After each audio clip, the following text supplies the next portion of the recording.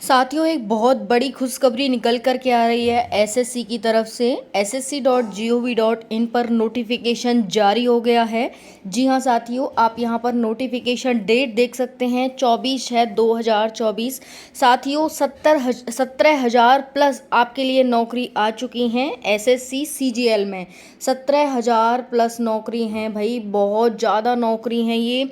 और आप सभी के लिए इतनी वैकेंसी जारी हो गई हैं। कब से अप्लाई डेट स्टार्ट है, सारी जानकारी आपको वीडियो में पता चलेगा। कौन कौन इस फॉर्म को अप्लाई कर सकता है, क्या ऑल इंडिया वैकेंसी है, एज लिमिट क्या रहने वाली है, कितना हमें एज रिलैक्सेशन दिया जाएगा, सिलेबस क्या रहेगा, पेपर कब होगा। चूँकि सब कुछ ऑलरेडी इन्होंने डिफाइन कर दिया है कि कैसे कैसे आपका एग्जामिनेशन और कैसे कैसे भर्ती को कंप्लीट कराया जाएगा। तो चलिए देखते हैं। सबसे पहले मैं आपको एसएससी की वेबसाइट बता देती हूँ, ssc.gov.in। ये एसएससी की वेबसाइट है, ssc.gov.in। ठीक है, स्पेस नहीं देना है, बिना स्पेस के ऐसे लिख देना है। अब हम बात करें साथियों, ये आपको नाम से ही पता चल रहा है, सीजीएल यानी कंबाइंड ग्रेजुएशन लेवल एग्जामिनेशन, यानी ग्रेजुएशन स्तर का ये एग्जामिनेशन होता है। इसे सिर्फ ग्रेजुएशन वाले ही बच्चे भर सकते हैं। ओके। दूसरा है, कब से फॉर्म स्टार्ट हो रहे हैं, तो 24/6 यानी कल से फॉर्म भरना स्टार्ट हो गया है। और 24/7 24 जून से फॉर्म भरना स्टार्ट है, 24 जुलाई तक फॉर्म भरे जाएंगे। साथियों अगर मैं बात करूँ, यहाँ पर आपकी लास्ट डेट यहाँ पर ये देख सकते हैं 23 यानी रात को 11 बजे तक आप फॉर्म भर सकते हैं। उसके बाद बात करें यहाँ पर पेमेंट, आप 25/7/2000 यानी 25 जुलाई तक कर सकते हैं, रात 11 बजे तक। वहीं पर करेक्शन की बात करें तो करेक्शन आप कर सकते हैं 10 अगस्त 2024 से 11 अगस्त 2024 रात 11 बजे तक। इतनी बात सभी को समझ आ रही होगी।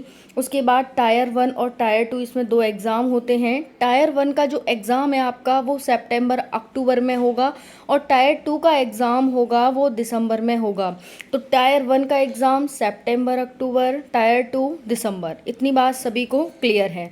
नेक्स्ट हम चलते हैं साथियों, तो नेक्स्ट आप यहाँ पर देखेंगे ग्रेड पे। बहुत अच्छा ग्रेड पे है भाई, पे लेवल 7 का ग्रेड पे है। 50,000 से तो आपकी स्टार्टिंग है। जहाँ पुलिस कांस्टेबल वगैरह में सैलरी आपकी 25,000, 17,000, 20,000 से स्टार्टिंग होती है, भाई यहाँ तो 50,000 से स्टार्टिंग है, देख सकते हैं।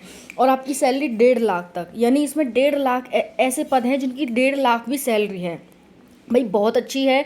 ऑफिस वर्क होता है, सिर्फ आपको ऑफिस में बैठकर काम करना होता है। मज़े की जॉब होती है, किसी भी चीज़ की कोई टेंशन नहीं। अगर मान लो आपका सिलेक्शन सीजीएल में हो जाता है तो भाई मज़े ही मज़े हैं, फिर तो कोई टेंशन की बात ही नहीं है। सारे शौक सुविधाएं आपके पास होंगे, फिर आपसे बड़ा राजा तो कोई है ही नहीं दुनिया में, है ना।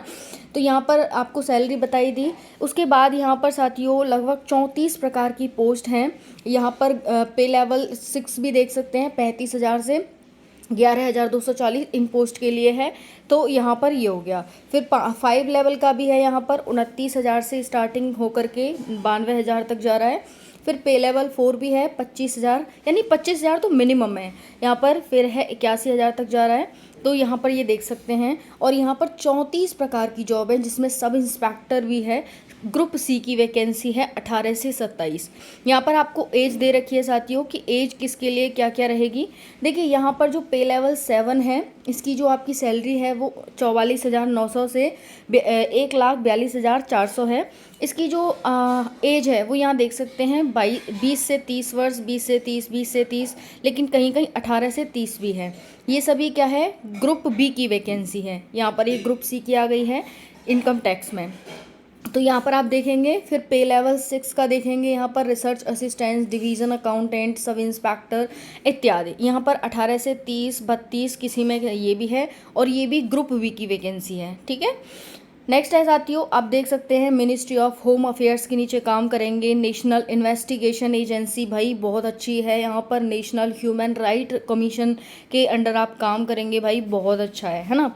नेक्स्ट उसके बाद 5 लेवल का यहाँ देख सकते हैं 18 से 27 वर्ष एज, ग्रुप सी की वैकेंसी, ये यहाँ पर आप देख सकते हैं। और ये वैकेंसी के नेम है ऑडिटर, अकाउंटेंट, फिर पे लेवल 4 का 25,000 से 81,000।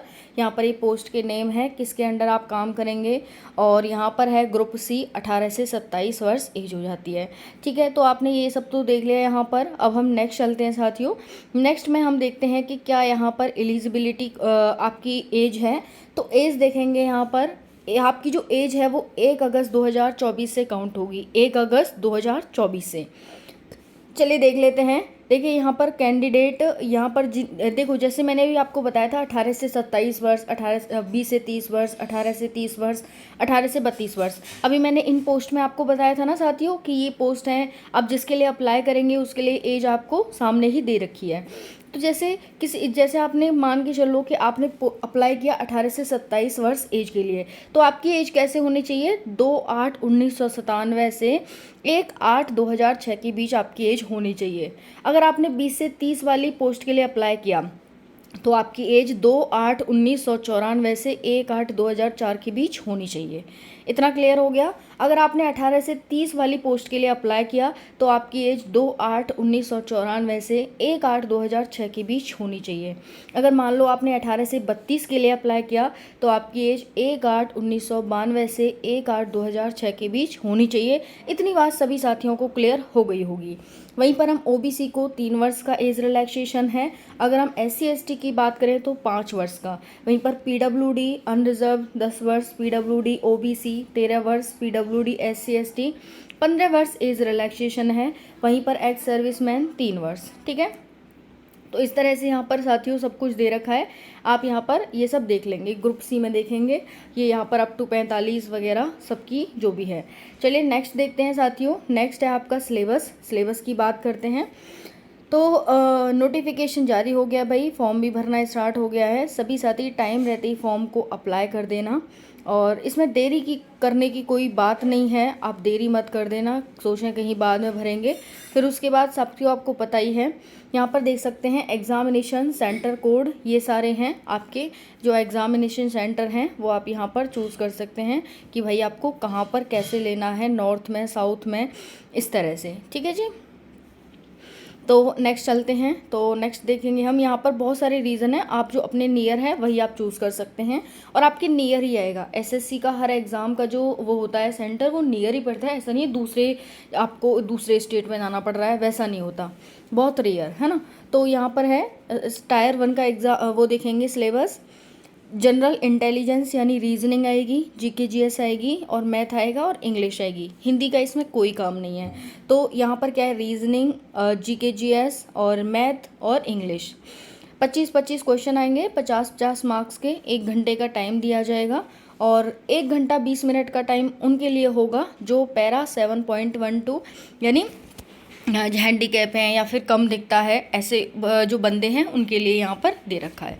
ठीक है जी, या फिर उल्टे हाथ से लिखते हैं वैसे लोग, है ना। तो यहाँ पर ये आपको देख लिया सिलेबस क्या क्या आएगा भाई। GK GS आएगी आपकी, और रीजनिंग आएगी, मैथ आएगा, और इंग्लिश आएगी।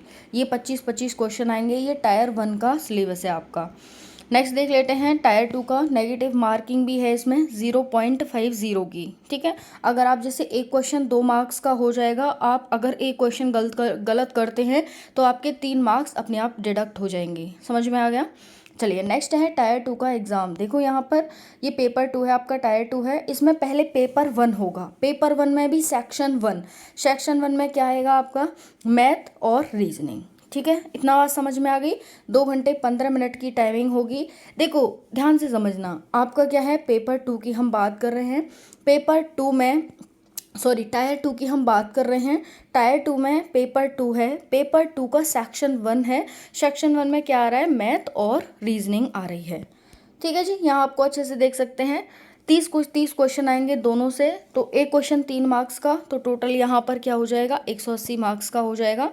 1 घंटा आपको इस सेक्शन के लिए दिया जाएगा, 1 घंटा इस सेक्शन के लिए, और वही है जो पैरा इतने में आते हैं उनको 1 घंटा 20 मिनट दी जाएंगी। ओके जी, चलिए नेक्स्ट मूव करते हैं। तो नेक्स्ट देखेंगे यहाँ पर हाँ देखो यहाँ पर है 30-30 क्वेश्चन, टोटल 60 क्वेश्चन हो गए। मार्क्स आपको यहाँ पर बताई दिए 180 मार्क्स। अब हमने सेक्शन 1 की बात करी, यहाँ पर सेक्शन 1 देखा था ना, अब हम सेक्शन 2 देख लेते हैं। पेपर 1 में सेक्शन 2, इसमें क्या आएगा, इंग्लिश और जनरल अवेयरनेस आएगी। 45 क्वेश्चन इंग्लिश से आएंगे, 25 क्वेश्चन जनरल अवेयरनेस से, तो टोटल यहाँ पर 70 क्वेश्चन हो जाते हैं। एक क्वेश्चन 3 मार्क्स का, तो 210 मार्क्स का ये आपका सेक्शन 2 होगा। फिर सेक्शन 3 की बात करें, इसमें कंप्यूटर नॉलेज पूछी जाएगी, 20 क्वेश्चन आएंगे। एक क्वेश्चन 3 मार्क्स का, तो आपके 60 मार्क्स हो जाते हैं। यहाँ से 15 मिनट आपको इस सेक्शन के लिए दी जाएगी यहाँ पर, ठीक है। सेक्शन 2, सेक्शन 3, हर सेक्शन के लिए आपको 15 मिनट दी जाएगी, और 20 मिनट उनको दी जाएगी भाई जो पैरा 1 7.1 7.2 में आते हैं। फिर बात करें यहाँ पर सेक्शन 2 की, तो सेक्शन 2 15 मिनट। सेक्शन 3 में देखेंगे यहाँ पर डाटा एंट्री, स्पीड टेस्ट होगा आपका 1 डाटा एंट्री, तो यहाँ पर भी आप ये देख लेंगे। फिर पेपर 2 है, अभी हमने पेपर 1 में देखा सेक्शन 1, सेक्शन 2, सेक्शन 3। अब हम पेपर 2 में, टायर 2 का ही पेपर 2 है, इसमें स्टैटिक्स से क्वेश्चन आएंगे 100 क्वेश्चन। एक क्वेश्चन 2 मार्क्स का रहेगा, तो 200 मार्क्स का ये पेपर होगा। 2 घंटे का समय आपको दिया जाएगा, ठीक है जी। अब यहाँ पर है पेपर 1 और paper 2। Tyre 2 will include paper 1 and paper 2 in separate shift, separate shift में होगा आपका।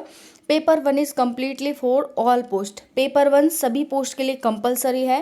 Paper 2 will be only those candidate who apply for the post of junior statistical officer, यानी जो हायर पोस्ट के लिए, जैसे जेएसओ हो गया, मिनिस्ट्री ऑफ स्टैटिक हो गया, प्रोग्राम इम्प्लीमेंटेशन हो गया, एंड स्टैटिकल इन्वेस्टिगेटर हो गया, ग्रेड 2 के ऑफिसर हो गए, register general of India, home ministry के अंडर आ रहे हैं, उनके लिए क्या होगा, टायर 2 का एग्ज़ाम होगा, जब वो टायर 1 में सेलेक्टेड हो जाएंगे तो, ठीक है। Paper 1 will be include following 3 sections having 2 module. तो जो पेपर 1 है आपका, भी मैंने बताया था 3 सेक्शन है, उसमें 3 सेक्शन हैं और 2 मॉड्यूल हैं। तो सेक्शन 1 में क्या है, मैथ है आपका, अभी बताया था, फिर रीजनिंग है। सेक्शन 2 में इंग्लिश और जनरल अवेयरनेस है। सेक्शन 3 में कंप्यूटर और डाटा एंट्री है। इतना बात सबको समझ आ गई, ऊपर वाला ही आपको नीचे बता रखा है, ठीक है जी। अब ये हो गया आपका सिलेबस, अच्छे से आपको बता दिया। बाकी आप सिलेबस देख सकते हैं, यहाँ सिलेबस दे रखा है कि भाई आपका जो टायर 1 का है सिलेबस, यहाँ पर जनरल इंटेलिजेंस यानी रीजनिंग का सिलेबस है, ये देखेंगे। उसके बाद जनरल अवेयरनेस का, एप्टीट्यूड का, मैथ का सिलेबस है, इसकी वो ले सकते हैं, इंग्लिश का है, ये हो गया।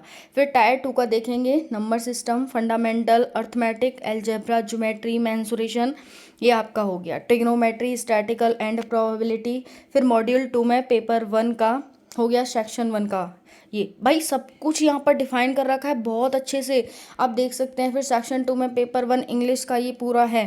फिर सेक्शन 2 में ही पेपर 1 का जनरल अवेयरनेस का हो गया।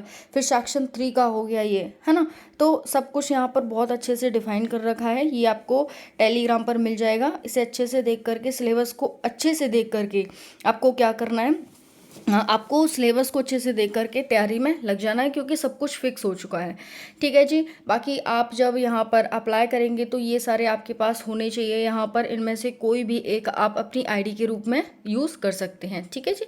तो यही इन्फॉर्मेशन आपको देखनी थी कि वैकेंसी आ चुकी है, 17,000 प्लस पोस्ट हैं, और आप सभी तैयारी में लग जाइए। बाकी यहाँ पर कितने कितने मार्क्स लाने हैं टायर 1 में, टायर 2 में, यहाँ पर ये भी दे रखा है कि भाई मिनिमम इतने तो आपको लाने होंगे, ठीक है। वीडियो पसंद आए तो वीडियो को लाइक करें, चैनल को सब्सक्राइब करें। थैंक यू सो मच, जय हिंद।